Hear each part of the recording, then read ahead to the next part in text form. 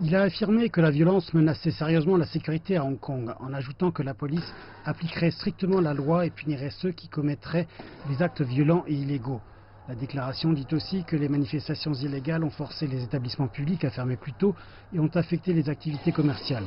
Dimanche, des manifestants ont jeté des cocktails Molotov sur la police, blessant plusieurs agents.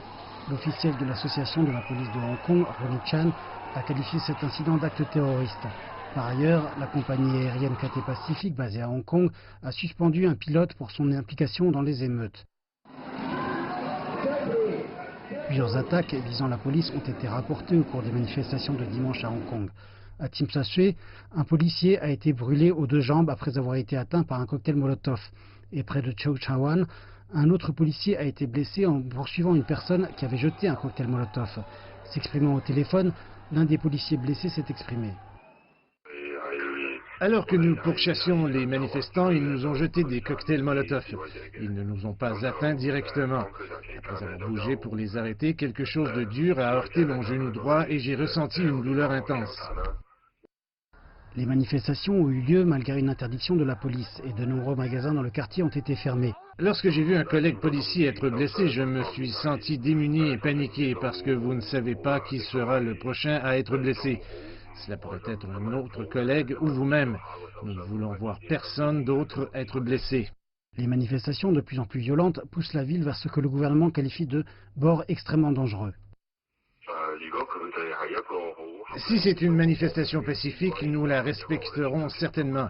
Mais nous, les policiers, sommes sur le front. D'après nos observations, ce n'est en aucun cas des manifestations pacifiques. Les manifestants essaient par tous les moyens de détruire les installations publiques et d'attaquer la police. Les manifestations ne sont plus seulement dans les rues, mais aussi à l'aéroport. Des sit-ins ont duré pendant 3 jours ce week-end à l'aéroport international de Hong Kong. Plus de 1000 manifestants vêtus de noir ont investi le hall d'entrée en chantant des slogans hostiles au gouvernement. Par ailleurs, la compagnie aérienne Cathay Pacific a déclaré avoir suspendu un pilote accusé d'avoir pris part aux manifestations.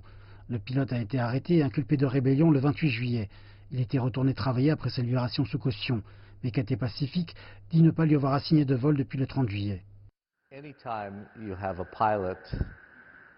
Chaque fois que vous avez un pilote de n'importe quelle compagnie qui est arrêté pour violence dans une rébellion ou toute forme de violence, chaque pays que je connais et probablement chaque compagnie aérienne suspendra le pilote et en fin de compte, s'il est jugé coupable, il sera habituellement licencié.